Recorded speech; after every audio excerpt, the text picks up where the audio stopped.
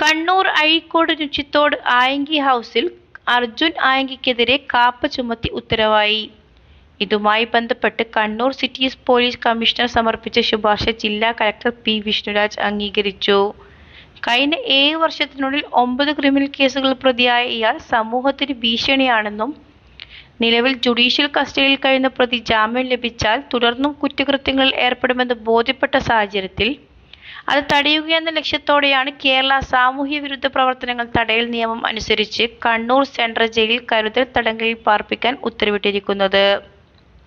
ഉത്തരവ് ഉടൻ നടപ്പിൽ വരുത്തി ഇയാളെ അറസ്റ്റ് ചെയ്ത് കണ്ണൂർ സെൻട്രൽ ജയിൽ സൂപ്രണ്ട് മുമ്പാകെ ഹാജരാക്കുന്നതിന് നടപടികൾ സ്വീകരിക്കാൻ സിറ്റി പോലീസ് കമ്മീഷണർക്ക് ജില്ലാ കളക്ടർ നിർദ്ദേശം നൽകി.